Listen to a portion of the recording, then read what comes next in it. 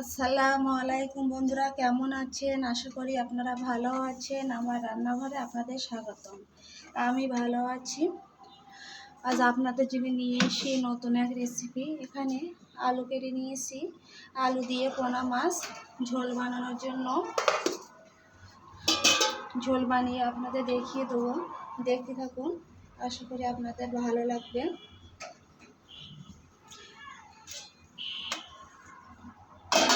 এখানে কড়া বসিয়ে দিয়েছি, কড়া গরম হয়ে গিয়েছে। এখানে আমি তেল দিয়ে দেবো পরিমাণ মতন। এখানে আমি পেঁয়াজ, ঝাল, কাঁচা ঝাল দিয়ে দেবো। একটা পেঁয়াজ কেটে নিয়েছিলাম 3 পিস, কাঁচা ঝাল দিয়ে দিয়েছি।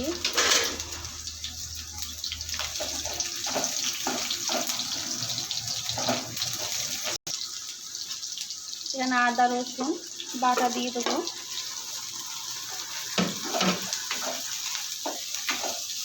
মশলাটা কষানোর জন্য এখানে আমি অল্প করে পানি দিয়ে দেবো। দিয়ে মশলাটা 1 মিনিট কষিয়ে নেবো, তেল ছেড়ে দেওয়া পর্যন্ত কষিয়ে নেবো। 1 চামচ লবণ দিয়ে দেবো, 1 চামচ হলুদ দিয়ে দেবো, 1/2 চামচের মতো ঝালের গুঁড়ো দিয়ে দেবো। দিয়ে মশলাটা ভালো করে তেল ছেড়ে দেওয়া পর্যন্ত, আদা রসুনের গন্ধটা চলে যাওয়া পর্যন্ত কষিয়ে নেব। এইভাবে ভালো করে কষিয়ে নেব।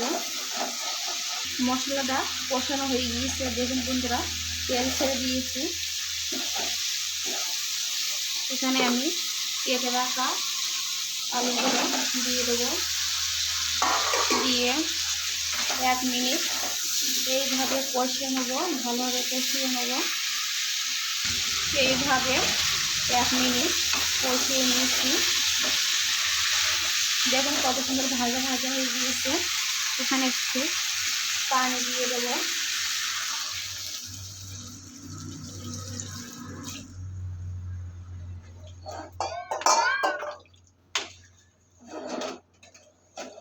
এই পানিগুলো দিয়ে 4 থেকে 5 মিনিট ভালো করে কষিয়ে নেব।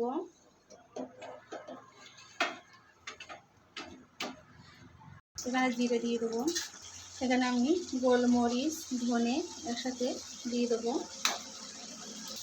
কষানো হয়ে গিয়েছে, দেখুন বন্ধুরা, আলু গলে গিয়েছে। এখানে গরম পানি করে রেখে দিয়েছিলাম, গরম পানিগুলো দিয়ে দেবো।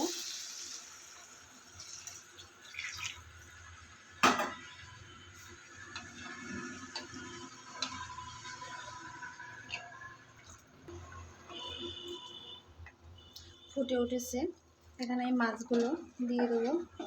আগে থাকতে মাছগুলো ভাজা করে রেখে দিয়েছিলাম, সেইগুলো দিয়ে দেবো।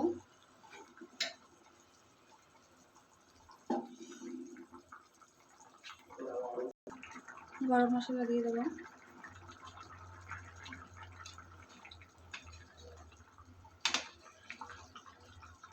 দু পিস কাঁচা ঝাল দিয়ে দেবো।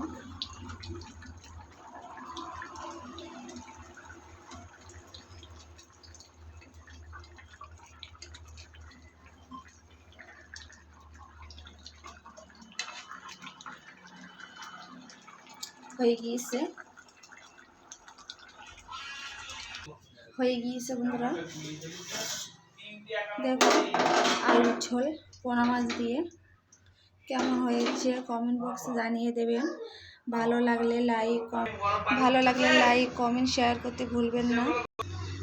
কেমন হয়েছে কমেন্ট বক্সে জানিয়ে দিবেন। আজকের মতন বিদায় নিচ্ছি। আল্লাহ হাফেজ।